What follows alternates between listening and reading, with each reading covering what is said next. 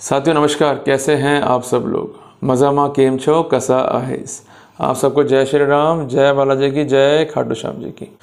साथियों मैं ये देखता हूँ कि कुछ लोग जो एंटी करप्शन के अक्यूज्ड हैं, अपने आप को मेंटली फिट रखने के लिए या समस्याओं से दूर जाने के लिए कुछ पिल्स का जो है कंजम्पशंस कर रहे हैं। ये पिल्स बेसिकली जुड़ी हुई है नारकोटिक्स से, क्योंकि जब वो डिप्रेशन में होते हैं तो वो किसी डॉक्टर के पास जाते हैं जो कि एक्सपर्ट होता है मनोरोग में या मानसिक रोग में या साइकोलॉजिकल एवोल्यूशन या ट्रीटमेंट के अंदर। आप लोग जब जाते हो तो उनको अपनी बात जो है बताते हो, वो कहते हैं कि भाई आपको तो डिप्रेशन है, इलाज तो करना ही पड़ेगा, और वो इलाज के नाम पर कुछ गोलियां जो हैं आपको दे देते हैं, वो आप कंज्यूम करते हो। अल्टीमेटली आप सुध बुध खो बैठते हो, आप जो है अनकॉन्शियस से रहते हो, नींदों में रहते हो, कई बार तो काम करने की अपनी इच्छा ही नहीं होती है। देखो जो होना वो हो गया, अब जो हम कर सकते हैं वो बेहतर कर सकते हैं, बट सब कुछ डिपेंड हमारे ऊपर है। मन के हारे हार हैं और मन के जीते जीत। अगर मन से हार गए तो सब कुछ हार गए। मामला जो आप पर हुआ वो अधिकांश व्यक्तियों पर है। ये तो है ना कि आप पूरे हिंदुस्तान में सिर्फ एक सिंगल अक्यूज्ड हो, पूरा इंडिया जो है इस तरह की बीमारी से अफेक्ट हो रहा है और हो सकता है। पर इसका मतलब ये नहीं कि हम सब कुछ छोड़ छाड़ के डिप्रेशन में आके दवाइयाँ खाते रहें और अल्टीमेटली एक कोने में जो है पड़ रहे हैं। प्रॉब्लम क्या होती है कि जब इस तरह के मुकदमे में हम लोग फंस जाते हैं तो अखबारबाजी होती है। जो हमारे रिश्तेदार हैं, मित्र हैं, उनको मालूम पड़ता है, वो हमसे जो है संबंध त्याग देते हैं, वो दूर हो जाते हैं। या कई बार ऐसा होता है कि हम लोगों से मिलना चाहते हैं पर लोग हमसे जो है नहीं मिलते हैं, हमसे कटना शुरू हो जाते हैं। या कई बार ऐसा भी होता है कि हमारे बच्चों के रिश्ते होने वाले होते हैं, वो रिश्ते तक टूट जाते हैं, सिर्फ इस कारण से कि हम पर आरोप है एंटी करप्शन का। देखो छोटी सी बात यह है कि आप आरोपी हो, यह आपका दोष नहीं है।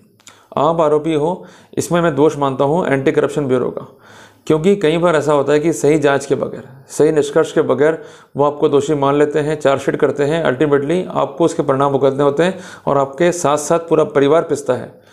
और करीबन एक परिवार के 7 से 8 साल जो हैं इस लिटिगेशन में बर्बाद हो जाते हैं, एक झूठे लिटिगेशन के कारण। मैं आपको कॉन्फिडेंस से कह सकता हूँ कि 55% से ऊपर मुकदमे झूठे हैं एंटी करप्शन में।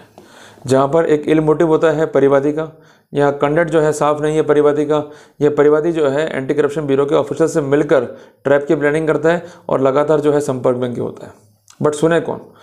तो इसलिए मैं कह रहा हूँ कि आपको डिप्रेशन में नहीं आना है। मैं कई बार देखता हूँ लोग आते हैं, बताते हैं कि भाई हमने डॉक्टर के पास में गए और हमने दवाइयाँ खाई और फिर हमको जो है नींद आ गई, फिर हमने कहा कि भाई सब कुछ चल रहा है बढ़िया, हमको टेंशन होती नहीं है। भाई इससे आपको फ़ायदा नहीं हो रहा है बल्कि नुकसान ही हो रहा है। और आपको मैं एक बात स्पष्ट कर दूं, जाके अपने किसी फ्रेंड डॉक्टर से पूछना कि एलोपैथिक में कोई इलाज है क्या मनोरोग का। कतई नहीं। एलोपैथी सिर्फ और सिर्फ आपको सुला सकती है, आपको ठीक नहीं कर सकती। अगर आपकी बीमारी जुड़ी हुई है डिप्रेशन से या मनोरोग से, डॉक्टर आपको टैबलेट लिख के देंगे जिससे आपको नींद आएगी, आप सो जाओगे। घर वाले बोलेंगे ठीक है भाई, एक कोने में बड़ा शांति है, ये बड़बड़ नहीं कर रहा है। प्रॉब्लम क्या आती है कि जब आप फंसते हो एंटी करप्शन में तो आप दिन भर चिल्लाते रहते हो, अपने घरों में या घर के बाहर अपने दोस्तों में डिस्कस करते हो। एक आपको मैं एक शॉर्ट चीज़ बता रहा हूँ कि आपको मन से अपने आप को जो है मजबूत करना पड़ेगा। नंबर 2, नियमित जो है हनुमान चालीसा पढ़ो, नियमित जो है आप बजरंग बाण पढ़ो, आप नियमित जो है हनुमान जी के मंदिर जाओ, खाटू श्याम जी के मंदिर जाओ, गुरुद्वारे जाओ, आप प्रभु राम के मंदिर जाओ, मतलब तसल्ली से मत बैठो। अगर आप ये गोलियाँ खाते रहोगे, डिप्रेशन में पड़ जाओगे, तो फिर हम लड़ेंगे कैसे।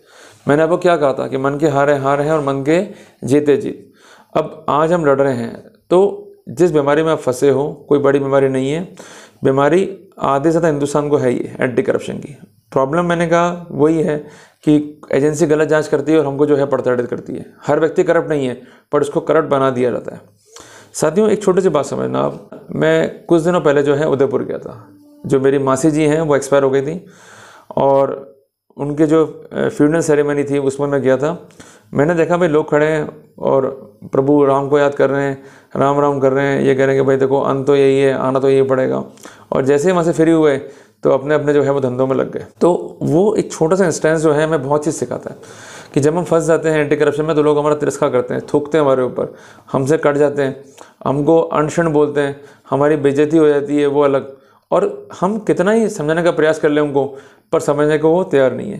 तो एक बात दिमाग में सेट कर लो कि कुछ तो लोग कहेंगे, लोगों का काम है कहना, तो लोग तो बोलते रहेंगे, बट ये डिपेंड है आपके ऊपर कि आप कितने मजबूत हो। आज किशोर कुमार जी थे, लोगों ने कितना उनको गलत सलत बोला, इवन लोगों ने कहा पागल हैं, पर उन्होंने कहा फ़र्क क्या पड़ता है कि मैं भी पागल और दुनिया भी पागल। तो कहने की बात यह है कि आप जब भी इन मामलों में जो है फंस गए हो, तो सबसे पहले इस बात को सेटल कर लो माइंड में कि आपको ही लड़ना है इस केस को। आपकी औलाद, आपकी बीवी आपका साथ नहीं देंगी, साथ देंगे वेल एंड गुड, बट दिमाग में चीज़ सेटल कर लो तो ईजी रहेगा। दूसरी बात है, फंस गए हो तो समाधान पे खुद को निकालना पड़ेगा। आप सोचो कि वकील में सुप्रीम कोर्ट से ले आऊँ, हाई कोर्ट से ले आऊँ, कोई हेल्प आपको नहीं हो पाएगी। तीसरी बात है कि जैसे कोई चार्जशीट बनती है या एफआईआर बनती है, उसको तसल्ली से पढ़ा करो।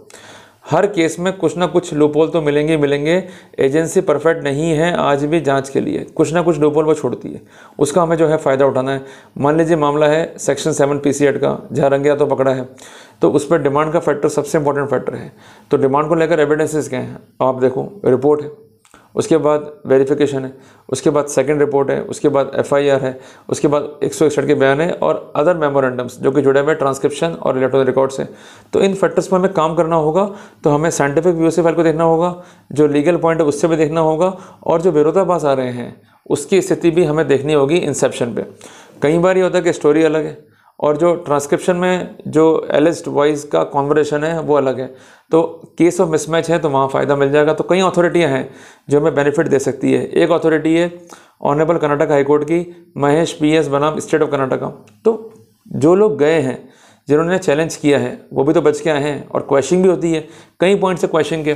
तो जब रास्ते हैं तो घबराना क्या। तो मुझसे वादा करो भाई, अगर आप केस लड़ रहे हो एंटी करप्शन का, तो सबसे पहले प्रिपरेशन जो है खुद करनी है। सेल्फ असेस ब्रीफ तैयार करने हैं आपको, कि खुद सोचो कि क्या क्या हुआ था और क्या क्या इवेंट्स जो है हुए थे। दूसरी बात, कोशिश करो कि सेक्शन 91 CRPC या 94 BNSS का इंसेप्शन में उपयोग करते हुए कॉल लोकेशन को जो है मंगवा लो, और इसके अलावा जो कंसेंट CDR है उसको भी जो है मंगवा लो। और ऐसे जजमेंट एम्पल हैं कि जहां पर जो कंसेंट डॉक्यूमेंट है उसको तलब भी किया गया है और प्रिजर्व करने के जो है आदेश भी दिए गए हैं। और एक जजमेंट है 20/9/24 का कर्नाटक हाई कोर्ट का, अविनाश M बनाम स्टेट ऑफ कर्नाटका का, उस पर भी बेसिक गाइडेंस दी है कि तलब कैसे करना है और उसके प्रोसीजर जो है वो क्या होंगे और कैसे प्रिजर्व करना है।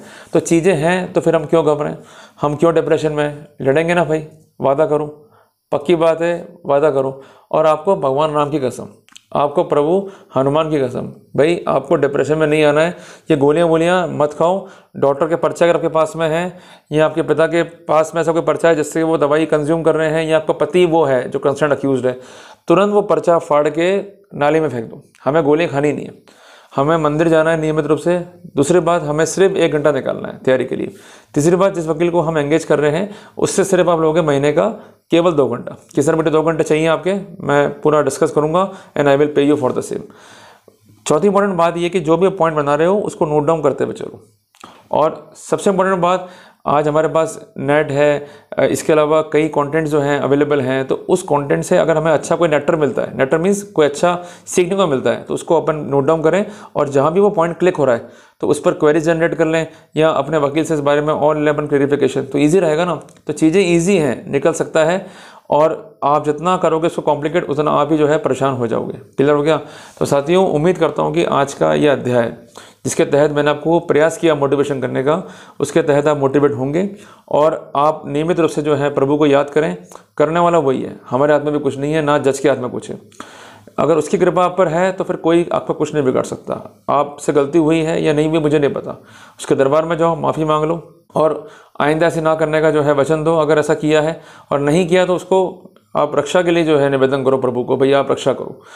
और सबसे इंपॉर्टेंट बात है कि नियमित रूप से वर्कआउट करो अपने केस में, पॉइंट्स निकलेंगे अपने आप आपकी हेल्प होगी, ये मेरा विश्वास है प्रभु के ऊपर।